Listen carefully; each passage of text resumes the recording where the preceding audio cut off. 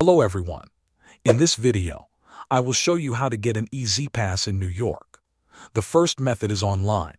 Open your browser and go to the official New York E-ZPass website. Once the page loads, look at the top menu and click on the E-ZPass option. From there, select Open an account. You will now choose the type of account. Pick either private or business depending on your needs. Next, click on New User Sign Up. You will be asked to enter your mobile number first. After that, continue by entering your personal information. This includes your full name, home address, email address, and phone number. You will also create a username and password for your account. After setting up your login details, move on to adding your vehicle information. Enter the required details for each vehicle you want to register. Then, choose your replenishment method and tag options. Now select your payment method. You can usually choose between a credit card or a bank account.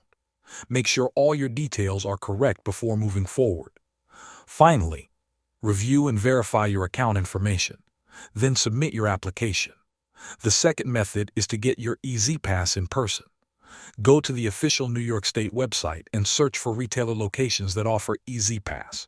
Visit one of these stores, and you can purchase your E-ZPass directly there. Thanks for watching.